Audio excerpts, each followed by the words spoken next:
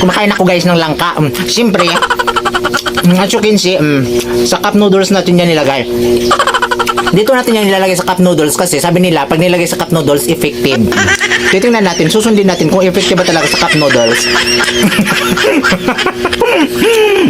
So ayan, ilalahid-lahid lang natin yan jam. Ewan ko na lang kung hindi ito maging effective na hindi puta na ini. Dahil last day na nagkulay ako, hindi talaga siya nag-effect guys. Hindi puta. So ngayon, nilagay natin sa cup noodles. Kumain ako ng langka. Ewan ko na lang kung hindi maging effective na hindi puta na ini. So ayan guys. So ilalamo-lamo lang natin ito dito sa ano natin sa may angog. Yan. Tapos ikakalat-kalat natin. Oh, we need to spread it all the way from our head. So ayan. Tapos igaganyan-ganyan lang natin ito. Tapos pag hindi pa tayo guys na kuntito, igaganyan-ganyan natin yan.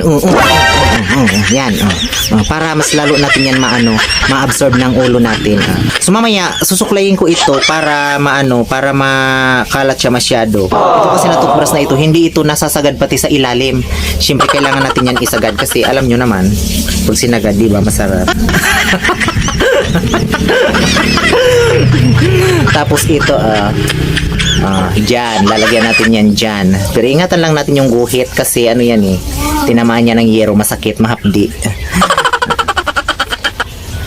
So, mamaya naman guys kasi, ay di puta, so kilikili ko. Nakikita. Mamaya naman guys papatuyuin ko muna tapos naliligo ako sa ilog. So ayan na guys, susuklayin na natin ito para maging maganda ang kanyang kalabasa.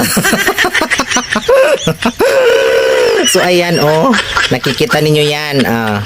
Ganyan ang tamang pagkulay. Siyempre magtataka kayo anong klaseng color ito. Ito guys ang color na naihian ng daragang gurang.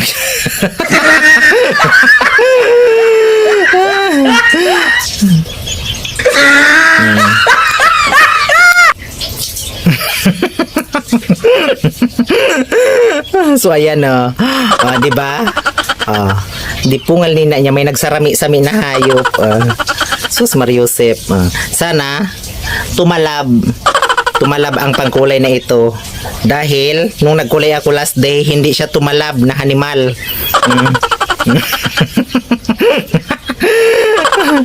Sana naman for this time tumalab na. Ganyan talagang binibili ko guys, yung mga piki-piki lang kasi hindi siya masyadong matapang. Yung mga original tumatalab ka agad kasi ang lalakas ng mga chemicals. Nagpalusot, hindi lang afford yung mahal, diba? Hindi ko afford yung mga nabibili sa Watson kasi mga pang rich kids siya.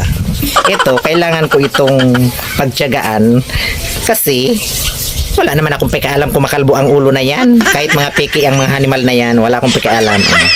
Yan, gusto ko nga niyan makalbo para makapag wig.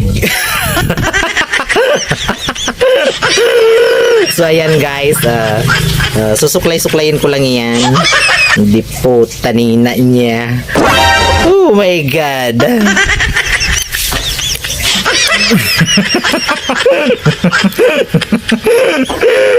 Di ba?